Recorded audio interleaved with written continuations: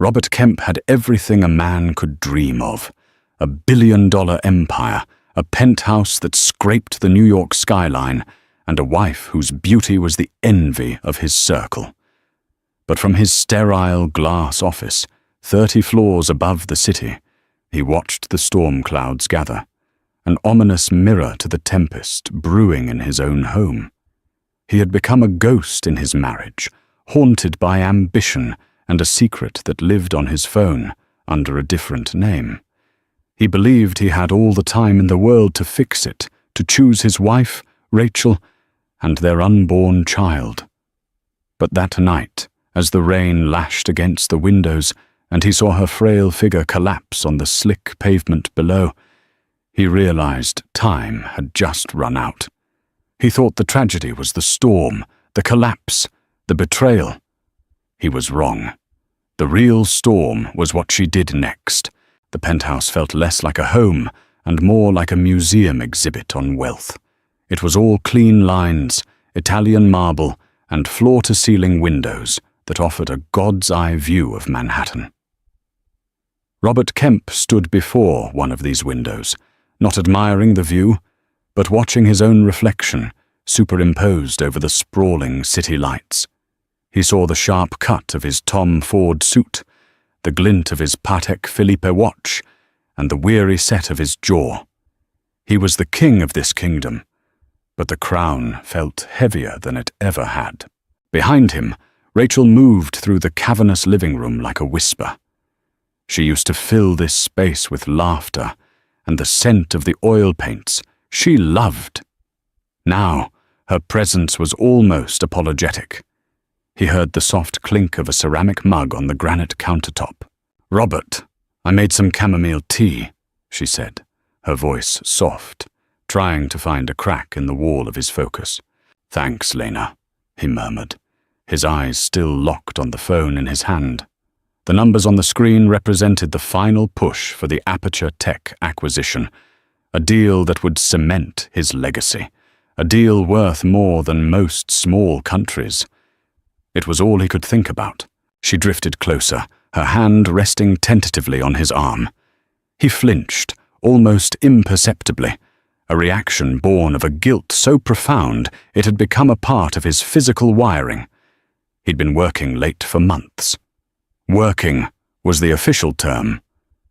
Isabel Moreau, the brilliant and ruthless head of his European division, was the unofficial one. Their relationship was a transaction of ambition and convenience, a sterile affair that took place in 5-star hotels and private jets. A world away from this home he was slowly poisoning. "You seem so far away," Rachel said, her thumb stroking the sleeve of his suit. "Is everything okay with the deal?" "It's the final stretch. High stakes. You know how it is," he said, the excuse tasting like ash in his mouth. He finally turned to her, really looking at her for the first time all evening. Her normally vibrant face was pale, and there were faint, lavender shadows under her kind, brown eyes. She was wearing one of his old, oversized cashmere sweaters, and it only emphasized her fragility. He felt a pang of something, not just guilt, but a deep, aching loss for the man he used to be with her. The man who would have dropped everything to listen. "I have something to tell you," she said, a nervous energy fluttering in her voice. "Something that might help. Ground us again." He forced a smile, pocketing his phone. "I'm all ears." She took a deep breath and led him to the sofa, her hands trembling slightly as she held his. "We've been talking about it for so long, about when the right time would be. With your work being so crazy, I know it's never seemed perfect. But maybe this is what makes it perfect." She was rambling, her eyes shining with unshed tears. He felt a knot of dread tighten in his stomach. "What now?" She placed his hand on her flat stomach. The cashmere was soft beneath his palm. "Robert," she whispered, her voice cracking with emotion. "I'm pregnant. We're going to have a baby." The words hit him like a physical blow. A baby, a child, a life that would bind him to this home, to this woman, forever. A decade ago, this would have been his ultimate dream. He and Rachel building a family in the city they loved. But now it felt like a complication, another variable in an equation he could no longer control. His mind wasn't on a nursery, it was on hostile takeovers, and Isabel's sharp, strategic mind that mirrored his own. He looked at Rachel's hopeful face, at the pure, unadulterated joy in her eyes, and the lie was already forming on his lips. "Lena, that's amazing news." He pulled her into a hug, the gesture stiff and unnatural. He was holding his wife, the mother of his child, but his mind was across the ocean, in a different city, with a different woman. As he held her, he felt the vibration of his phone in his pocket. A text message. He knew exactly who it was from. And in that moment, holding his pregnant wife, Robert Kemp knew he was a fraud of the highest order. The days that followed Rachel's announcement were a masterclass in deception. Robert played the part of the expectant father with chilling precision. He accompanied her to the first doctor's appointment, watching the grainy, pulsing image on the ultrasound screen with feigned awe. He held her hand, squeezed it at the right moments, and said all the right things. "A heartbeat," he'd whispered, his voice thick with a performance that deserved an award. Our baby's heartbeat. But his heart wasn't in that sterile, hopeful room. It was in encrypted emails and hushed late-night calls. The Aperture Tech deal was entering its most volatile phase. Isabel was his general on the front lines in London, and their communication was constant, a blend of corporate strategy and the clipped, intimate shorthand of their affair. "The board is wavering, Robert. We need a show of force." Isabel's voice would crackle through his high-tech earpiece as he stared out at the city, Rachel sleeping peacefully in their bed, just a room away. "I'll be there Monday," he'd promised, the lie slipping out easily. He'd tell Rachel it was a last-minute emergency board meeting, a fire he had to put out in person. She was always so understanding. Too understanding. Her trust was a knife he twisted in his own gut with every lie he told. Rachel, meanwhile, tried to build a nest in their cold, modern penthouse. She brought home books on parenting, fabric swatches for a nursery, and organic prenatal vitamins that sat accusingly on the kitchen counter. She was trying to build a bridge back to him, brick by hopeful brick, and he was letting her do it, knowing a tidal wave was coming. The storm, both literal and metaphorical, began on a Thursday night. A fierce nor'easter was barreling toward the city, and the sky had been a bruised purple all day. Robert was on a conference call in his home office, the door shut but not quite latched. It was a tense negotiation with Aperture's primary shareholders, and Isabel was on the line from London, her voice sharp and commanding. "They're trying to leverage the media against us, Robert. We need to kill that narrative before it gets legs," Isabel said, her French accent sharpening with urgency. "I'll have my PR team draft a statement immediately," Robert replied, pacing the length of the office. "No, it needs to come from you. A personal touch," she insisted. "You'll be here Monday. We can strategize over dinner Sunday night. Just us." There was an intimacy in her tone that was more than professional. A shared history of battles, won in the boardroom and celebrated in the bedroom. "I miss you," she added, her voice dropping to a near whisper. Meant only for him. He didn't respond to that part, acutely aware of the paper-thin walls of his life. But it was too late. Rachel had been walking past the office, a plate of sliced apples in her hand, a peace offering for his stressful day. She'd heard Isabel's voice, a voice she recognized from company galas and shareholder reports. But it was the tone that made her freeze, the possessiveness, the familiarity. "I miss you." The three simple words landed like stones, shattering the fragile glass of her denial. She pushed the door open slightly. Robert stood with his back to her, silhouetted against the window where lightning was beginning to fork across the sky. He was completely absorbed, a different man from the one who had smiled at the ultrasound. This was the real Robert, the one she had been losing for months. He ended the call and turned, finally noticing her in the doorway. The plate of apples slipped from her numb fingers, shattering on the marble floor. The sound was like a gunshot in the silent apartment. "Lena?" he asked, his face a mask of concern, but his eyes, for a split second, flashed with the panic of being caught. "Who is Isabel Moreau to you, Robert?" she asked, her voice quiet and dangerously steady. It wasn't an accusation. It was a simple, devastating question. "She's my colleague, head of the European division. You know that," he said, taking a step toward her, his hands raised in a placating gesture. "Don't," she warned, holding up a hand. The first tear escaped, tracing a path down her pale cheek. "Don't lie to me." I heard her. The way she spoke to you, the air crackled with a tension that rivaled the storm outside. The first fat drops of rain began to splatter against the windows, like accusations being thrown from the heavens. He could see the dawning, horrific realization in her eyes. The later nights, the sudden trips, the emotional distance, all the scattered pieces were clicking into place for her, forming a picture of betrayal so ugly it stole her breath. "Rachel, it's not what you think," he began, the most pathetic and predictable of all clichés. "Isn't it?" she whispered, her gaze dropping to her stomach, her hand instinctively moving to shield the tiny, innocent life within. "Or is it exactly what I think? The shattered plate on the floor was a prelude. The real explosion came next. Rachel's quiet devastation erupted into a storm of grief and rage that had been brewing for months. All this time," she choked out, her voice raw. "All those late nights you were closing a deal. All those trips to put out fires. Was she the fire, Robert? Was our marriage the thing you were trying to escape?"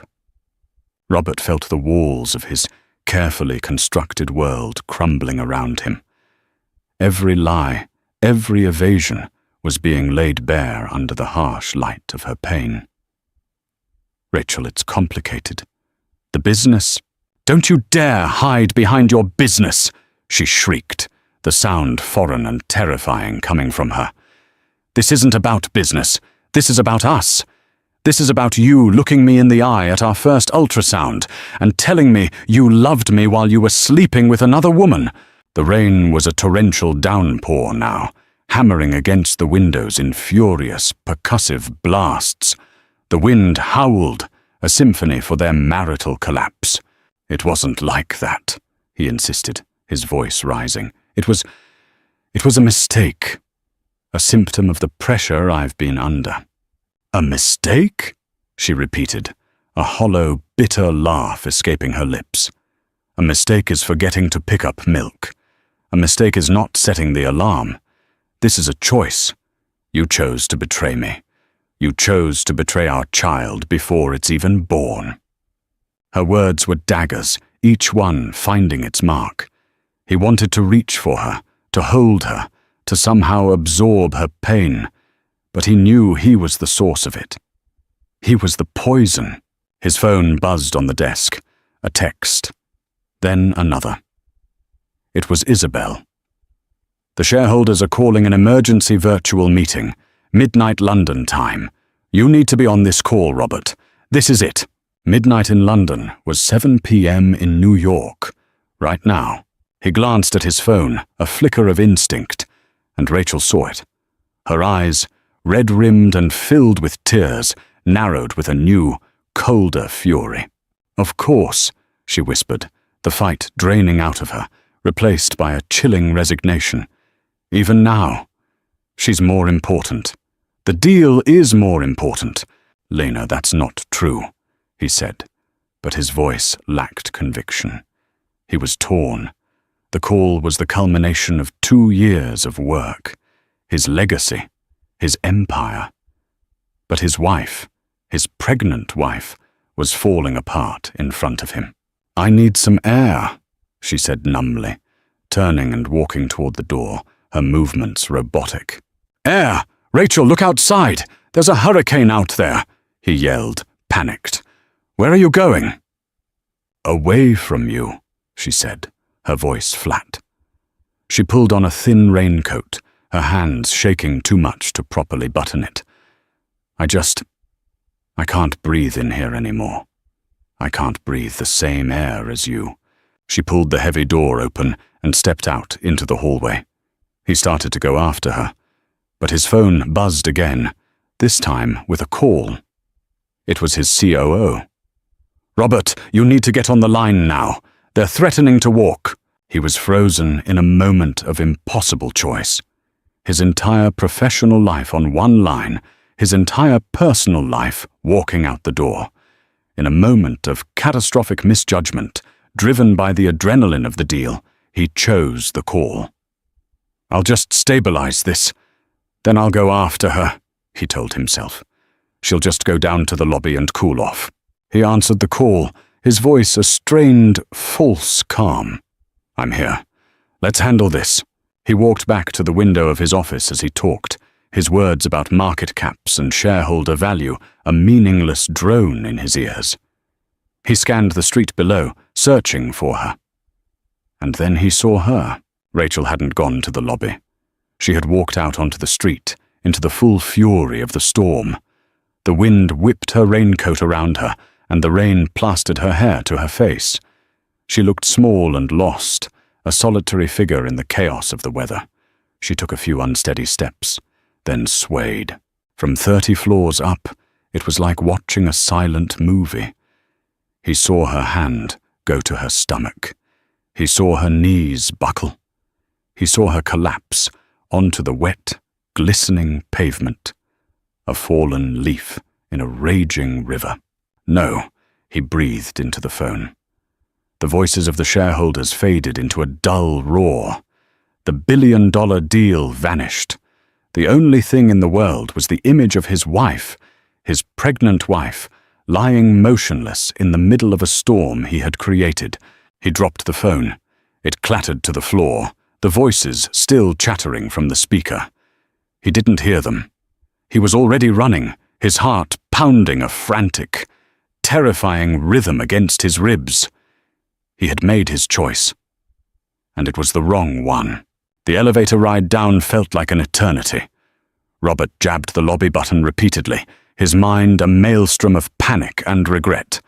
The calm, calculating CEO was gone, replaced by a terrified husband. He burst out of the building's grand entrance, the doorman shouting after him, and ran into the deluge. The rain was cold and stinging, soaking his suit in seconds. He saw her immediately, a small heap on the dark, rain-slicked asphalt. A taxi swerved violently to avoid her. "Rachel!" he screamed, his voice swallowed by the wind. He reached her side, dropping to his knees on the pavement. Her face was terrifyingly pale, her eyes closed. He felt for a pulse in her neck, his fingers clumsy and shaking. It was there. Faint, but there. "Somebody help!" he roared at the indifferent city. "Call 911. He gently cradled her head, trying to shield her from the worst of the rain with his own body. "Lena, I'm so sorry," he whispered, the words a useless, pathetic mantra. "Please wake up. Please be okay." The wail of a siren cut through the storm's howl. Paramedics were there within minutes, their movements efficient and urgent. They loaded Rachel onto a stretcher, her face stark white against the red canvas. Robert tried to climb into the ambulance with her, but a paramedic held him back. "Sir, we need room to work. Follow us to Lenox Hill Hospital." The ambulance doors slammed shut, and it sped away, its lights painting streaks of red and white on the wet streets. Robert was left standing alone in the storm, dripping and broken. For the first time, he felt the true weight of his actions. This wasn't a negotiation he could win or a problem he could throw money at. This was a consequence, real and terrifying. At the hospital, the minutes bled into hours. He sat in a sterile, beige waiting room, the smell of antiseptic burning his nostrils. He had called her emergency contact, her best friend Clara, who arrived looking like a storm cloud herself, her eyes shooting daggers of pure hatred at him. "What did you do to her?" Clara demanded, her voice low and venomous. Robert started, but no words came. What could he say? I broke her heart and she collapsed from the stress. I prioritized a business deal over my pregnant wife. Finally, a doctor appeared. "Mr. Vance?" Robert shot to his feet. "Is she okay? Is the baby okay?" "Your wife is stable," the doctor said, his expression grim. "She suffered from a vasovagal syncope episode, a sudden drop in heart rate and blood pressure, likely brought on by extreme emotional distress. It caused her to faint. We're keeping her overnight for observation. The baby's heartbeat is stable for now, but this was a significant shock to her system. She needs to avoid all forms of stress." The doctor's gaze was pointed, leaving no doubt who he considered the primary source of that stress. The relief that washed over Robert was so immense, his legs nearly gave out. But it was short-lived, replaced by a new wave of dread. Rachel was awake.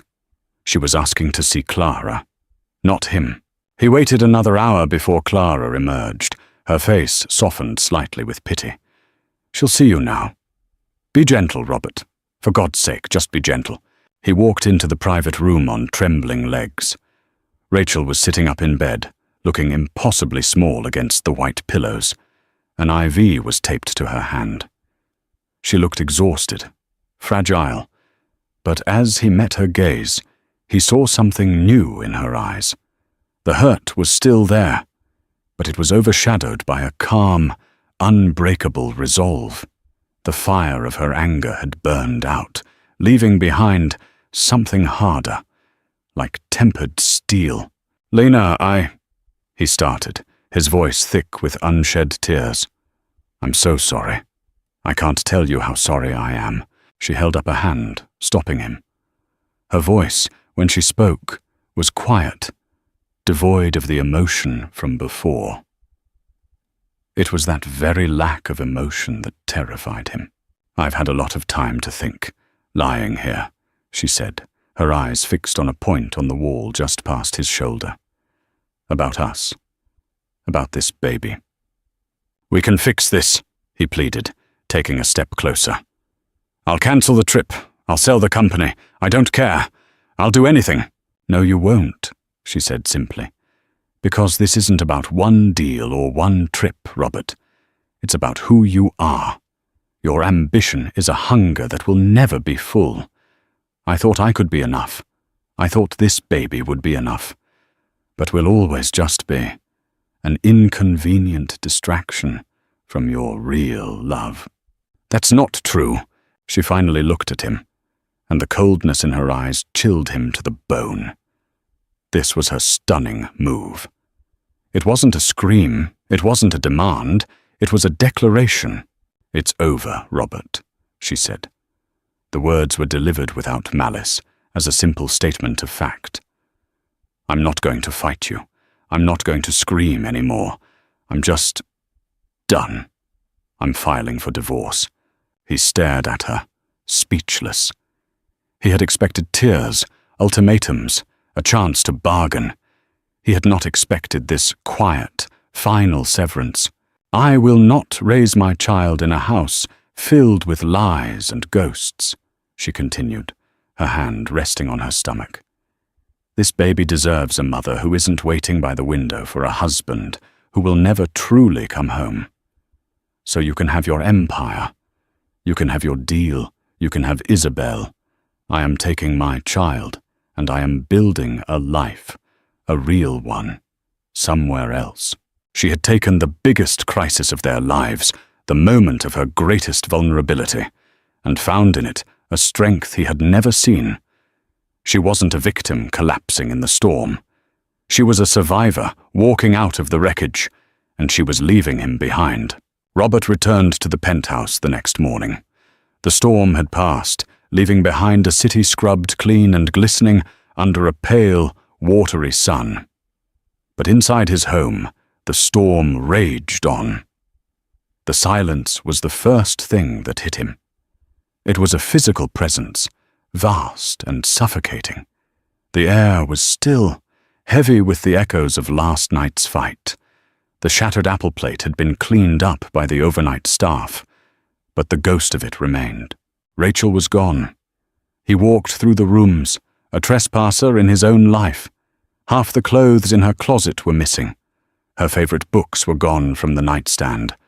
The small wooden easel she kept in the corner of the living room, which she hadn't used in years but refused to part with, was gone.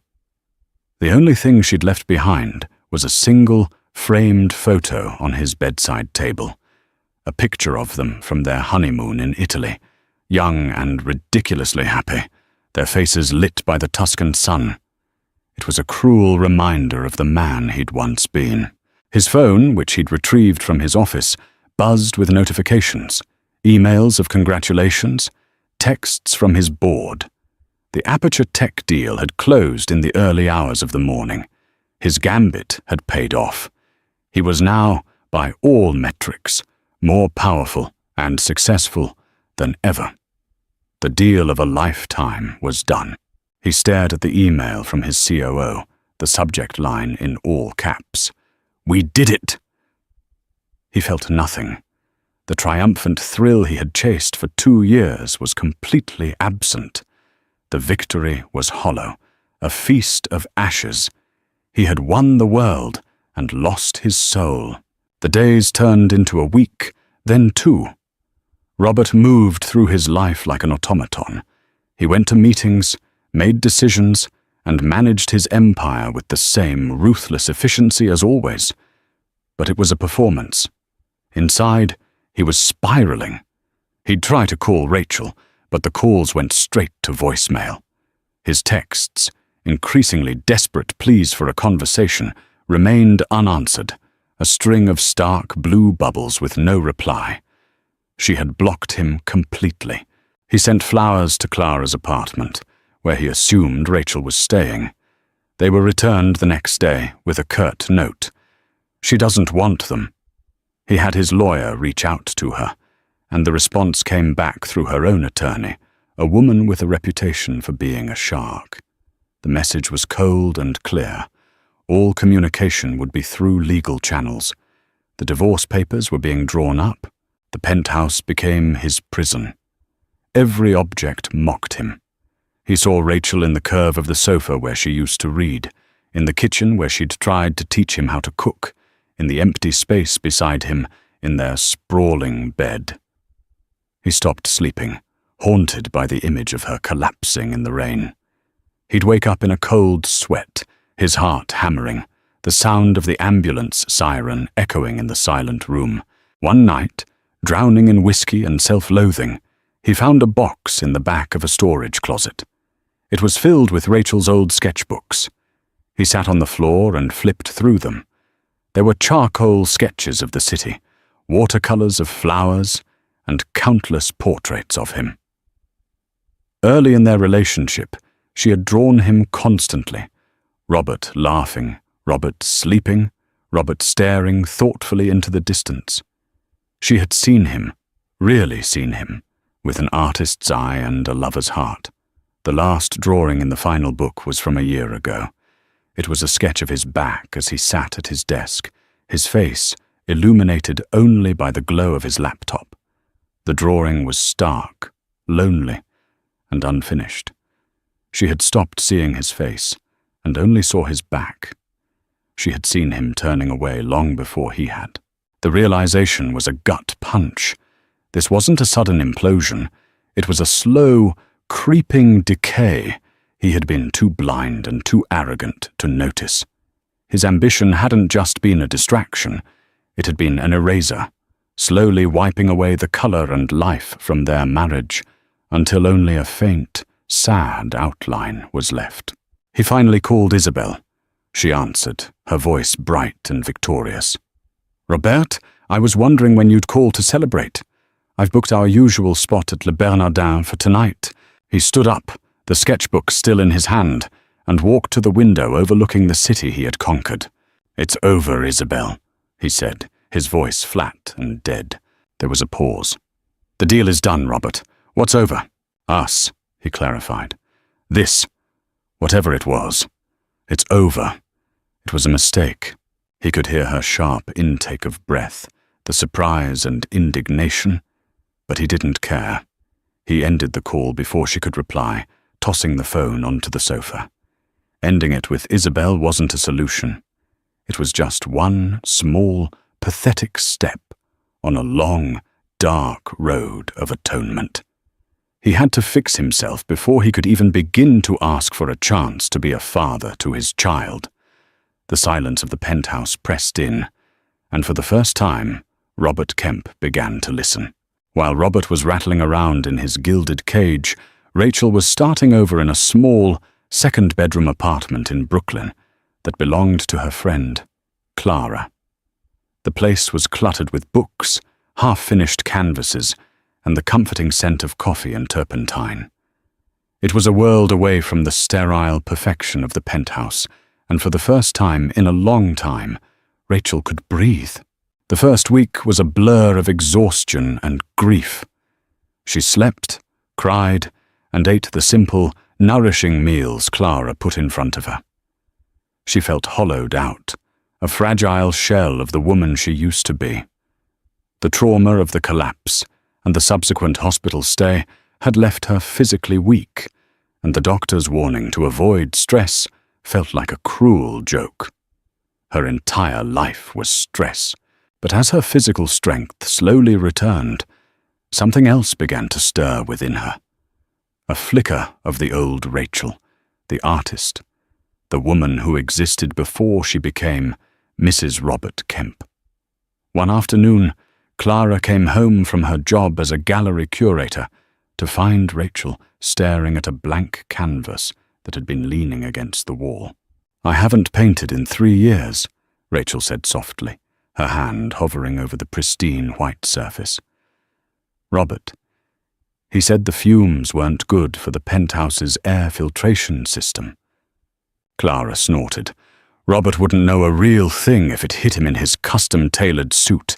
The only thing he filters is his conscience." She put a comforting hand on Rachel's shoulder. "Maybe it's time to make a mess." That evening, Rachel picked up a piece of charcoal. Her hand felt clumsy at first, the muscle memory buried under years of disuse. But then, she began to draw. She didn't think. She just let the emotions flow out of her fingertips and onto the canvas. She drew the storm, not the literal one, but the emotional tempest that had been her life. Dark, swirling lines, flashes of jagged white, and at the center, a small, protected space, a calm eye in the hurricane. It was raw, chaotic, and deeply honest. For the next few months, painting became her therapy and her salvation. She poured all her pain, her anger, and her burgeoning hope into her work. The canvases piled up in the small apartment, abstract explorations of betrayal, portraits of strength emerging from sorrow, and vibrant, hopeful landscapes that represented the future she was determined to build for her child. She was no longer just the millionaire's discarded wife. She was an artist, reclaiming her voice, brushstroke by brushstroke. Her belly grew, a constant, gentle reminder of the new life she was protecting. She talked to the baby constantly, promising it a world filled with color, love, and honesty. This child would not be raised in the shadow of a glass tower, defined by its father's wealth. This child would be raised in the light. Her lawyer, a formidable woman named Margaret, handled the divorce proceedings with brutal efficiency. Robert's first offer was, predictably, a monetary one. A settlement so large it was obscene, a trust fund for the baby that would ensure it never wanted for anything. Rachel's response, delivered through Margaret, was swift and unequivocal. "I don't want his money. I want his accountability." She wasn't going to be bought off. She would accept child support, as was the baby's right, but she refused any personal alimony. She would make her own way. Her demands were not financial. They were personal. She wanted a clear, legally binding co-parenting plan. She wanted Robert to attend parenting classes. She wanted him to undergo therapy to deal with his work addiction and narcissism. She wasn't trying to punish him. She was trying to ensure that their child would have a father who was present, not just a benefactor who was absent. Margaret was stunned. "In 20 years of divorce law, I've never had a client turn down a settlement like that," she told Rachel over the phone. "You're either crazy or the strongest woman I've ever met." "I'm a mother," Rachel replied simply. "My child's well-being is not for sale." Her strength wasn't loud or aggressive.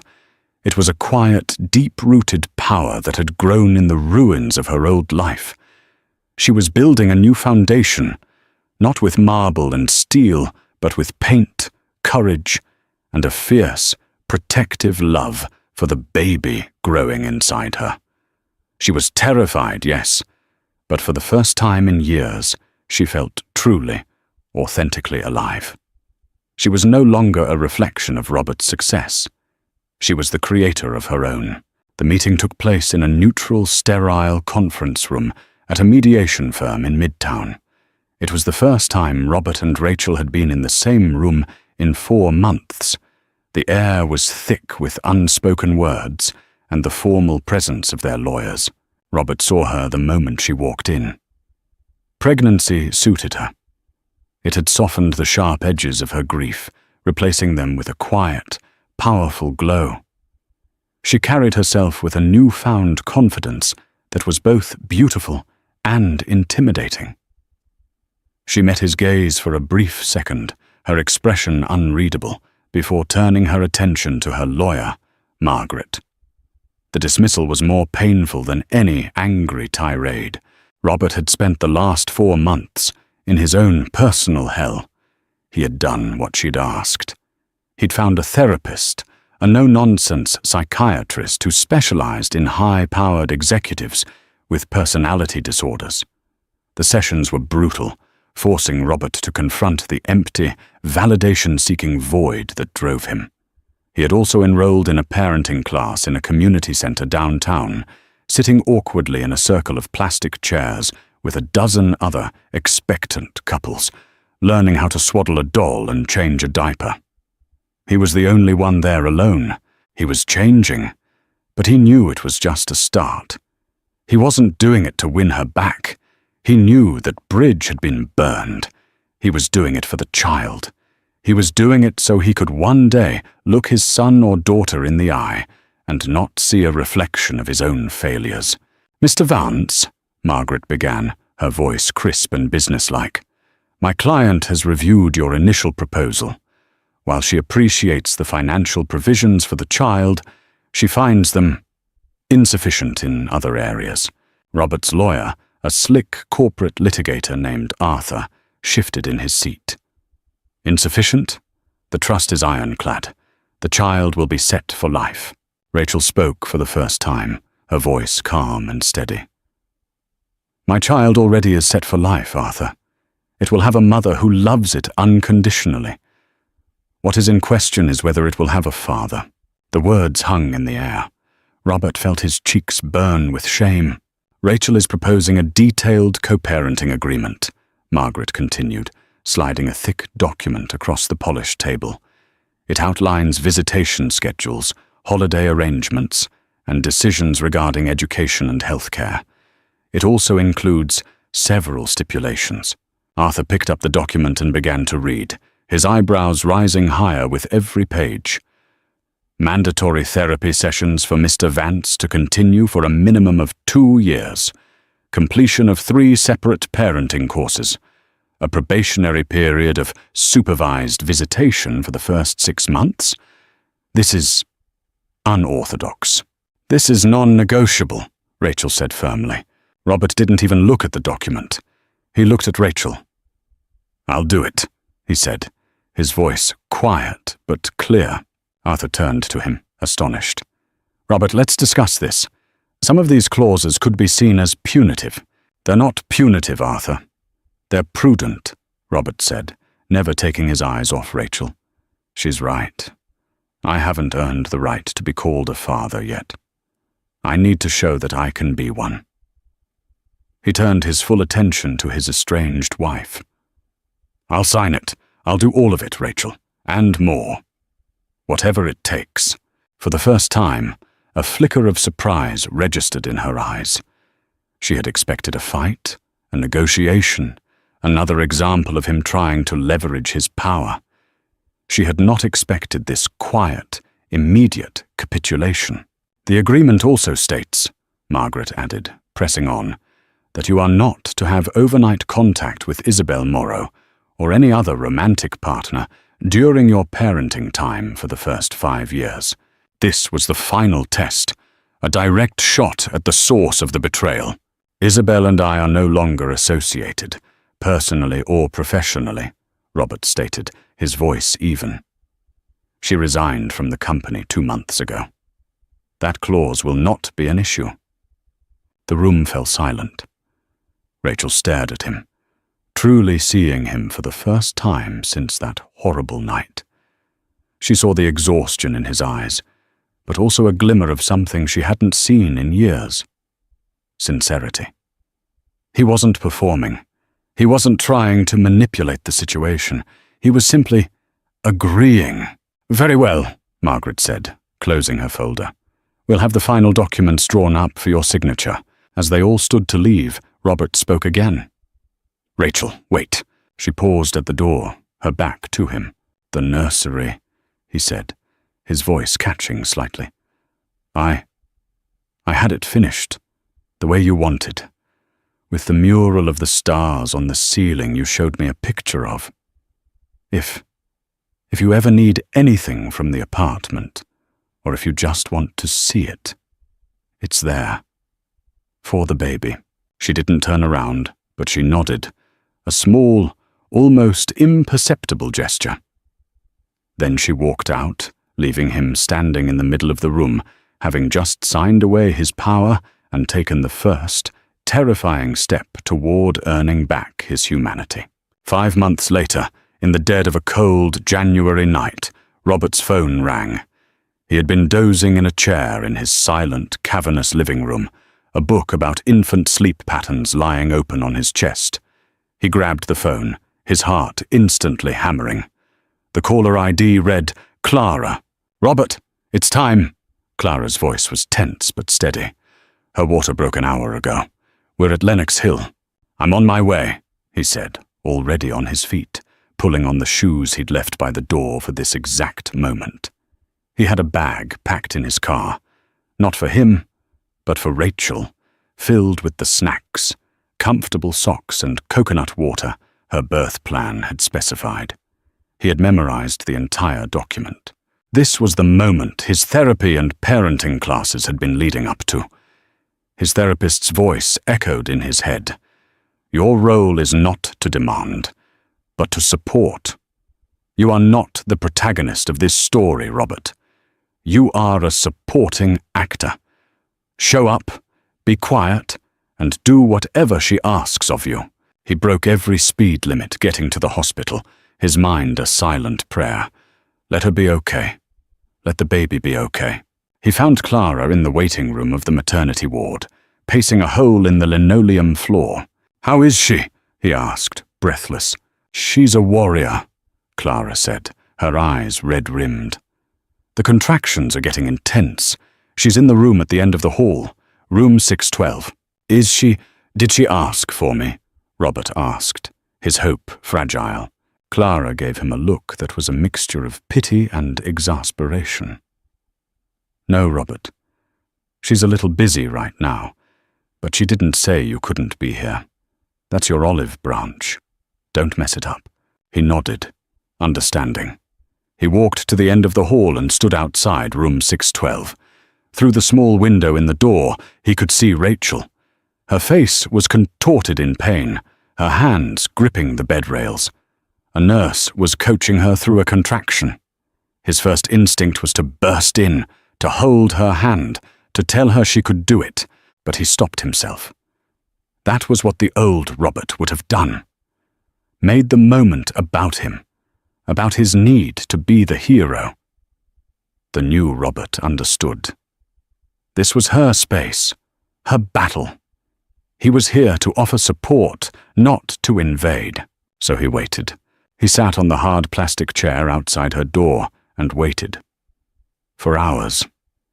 He listened to her pained cries and the calm, encouraging murmurs of the nurses and Clara. He fielded calls from his office, telling his assistant to cancel his entire week. "It's a family emergency," he said, and for the first time the words felt true. His family was in that room, and his empire could burn to the ground for all he cared. A nurse on her break saw him sitting there, his expensive suit rumpled, his face etched with worry. "You the father?" she asked kindly. "I'm trying to be," he answered honestly. "She's strong," the nurse said with a smile. "You've got a fighter in there." After what felt like a lifetime, a new sound cut through the air. Not a cry of pain, but a cry of life. The thin, mighty wail of a newborn baby. Tears streamed down Robert's face. He buried his head in his hands, overcome with a wave of emotion so powerful it buckled him. Relief, joy, and a profound, bottomless love for a person he hadn't even met yet. He stayed where he was, giving them their time. 10 minutes later, the door opened. It was Clara, her face beaming and tear-streaked. "It's a girl, Robert," she whispered. "She's perfect. Rachel's asking for you." He stood up, his legs shaking, and walked into the room. The scent of new life was in the air. Rachel was propped up against the pillows, her hair damp with sweat, looking more beautiful and exhausted than he had ever seen her. And in her arms, wrapped in a pink and white striped blanket, was a tiny, perfect baby with a tuft of dark hair. He approached the bed slowly, reverently. He wasn't a CEO. He wasn't a billionaire. He was just a man, humbled and broken and remade, standing in the presence of a miracle he had almost thrown away. The hospital room felt like a sacred space. The chaotic energy of labor had been replaced by a deep, peaceful quiet, punctuated only by the soft, snuffly sounds of the baby. Robert stood by the bed, his hands clasped behind his back, feeling like an intruder on a holy scene. Rachel looked up at him, her eyes weary but clear. The anger and resentment that had been a wall between them for so long seemed to have dissolved, washed away by the tidal wave of childbirth. In its place was a shared vulnerability. "She's beautiful, Lena," he whispered, his voice thick. "She looks like you," Rachel said softly, a faint smile touching her lips as she looked down at the baby's face. Poor thing. It was a joke, a tiny sliver of their old rapport, and it felt like a gift, a small measure of grace. Do you want to hold her?" Rachel asked, her voice gentle. Robert's breath caught in his throat. He just nodded, unable to speak. He washed his hands at the sink, the motions slow and deliberate, then sat on the edge of the chair beside her bed. Rachel carefully, expertly, transferred the warm, precious bundle into his arms. The baby was so light, so impossibly small. She squirmed and made a little noise, her tiny, wrinkled face bunching up. Her eyes were closed, her eyelashes fine as silk. Robert stared at her, completely mesmerized. This was his daughter, a real, living, breathing piece of his heart, now existing outside of his body. He felt the weight of his failures, the selfishness of his ambition, the cruelty of his betrayal, all crashing down on him. But as he looked at this perfect, innocent life, he also felt a powerful, cleansing wave of purpose. This was his chance to atone, not with words or money, but with a lifetime of devotion. Have you thought of a name?" he asked, his gaze never leaving his daughter's face. "I was thinking, Lily," Rachel said, "for new beginnings, for purity." "Lily," Robert repeated. "Lily Vance. It's perfect." He looked up at Rachel, his eyes swimming with tears. "Thank you, Rachel, for this gift. For not shutting me out completely." "She deserves a father," Rachel said, her voice tired but firm.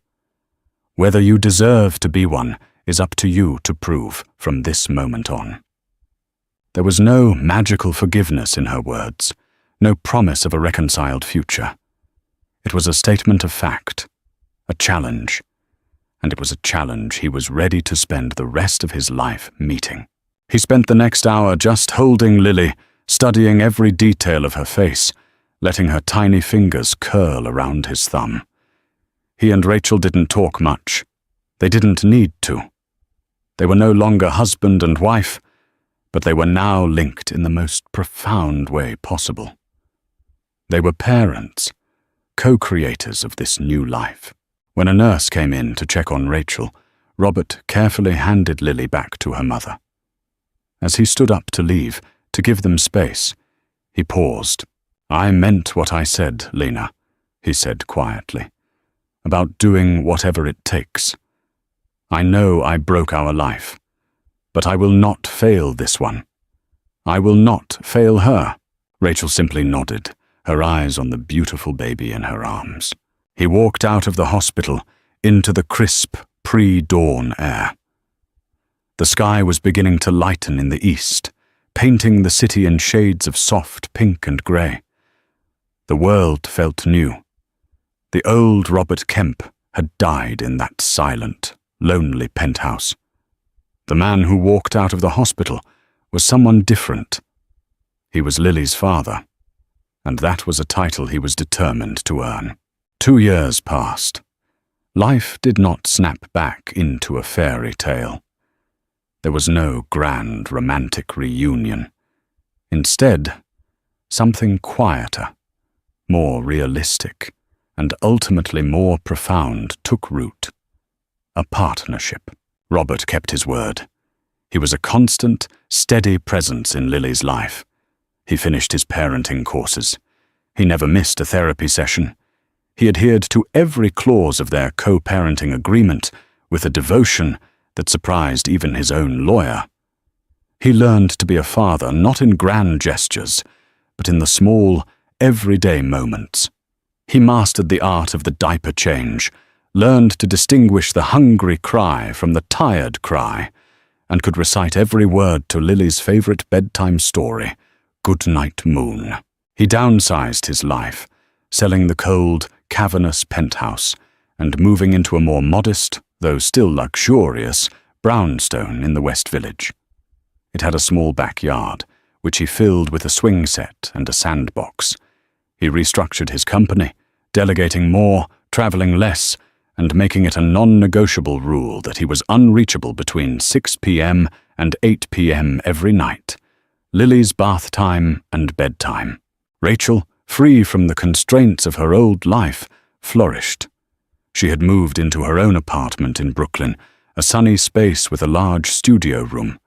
Her art, born from pain, had evolved. It became bolder, more vibrant. Her collection, which she titled The Storm and the Calm, was featured in Clara's gallery. It was a critical and commercial success. She was no longer Rachel Vance, the millionaire's wife. She was Rachel Hayes, an artist whose work spoke of resilience and rebirth. They co-parented with a quiet respect and efficiency that sometimes felt more like a business arrangement.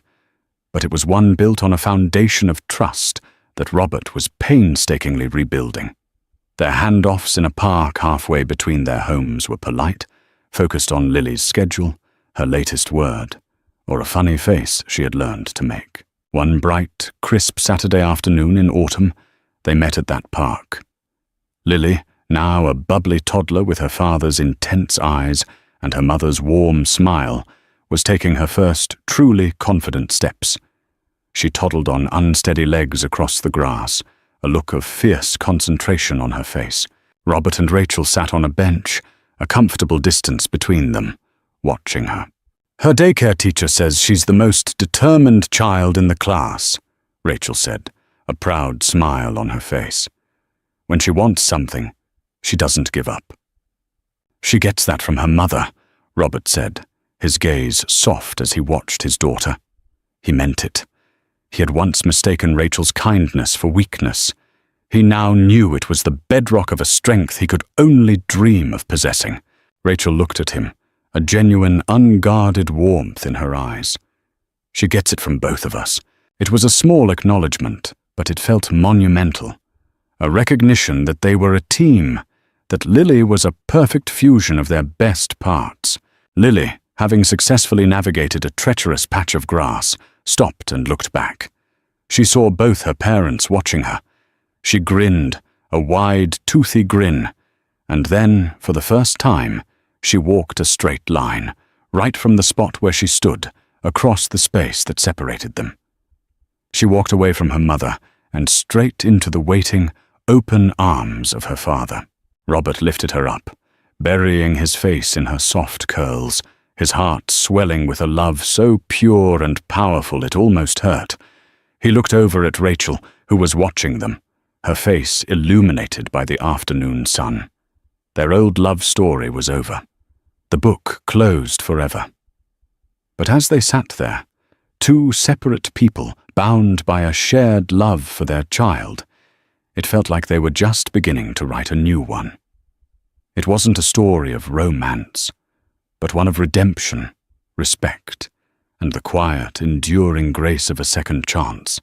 The canvas of their future was different than they had ever imagined, but it was, in its own way, beautiful.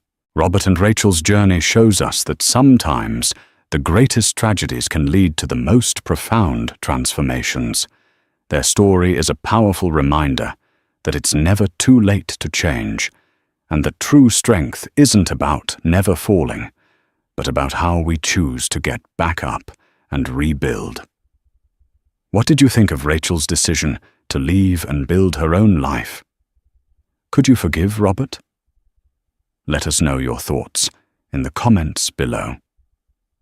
If this story touched your heart, please like this video, share it with someone who might need to hear it, and subscribe for more powerful, true-to-life stories that explore the depths of the human heart.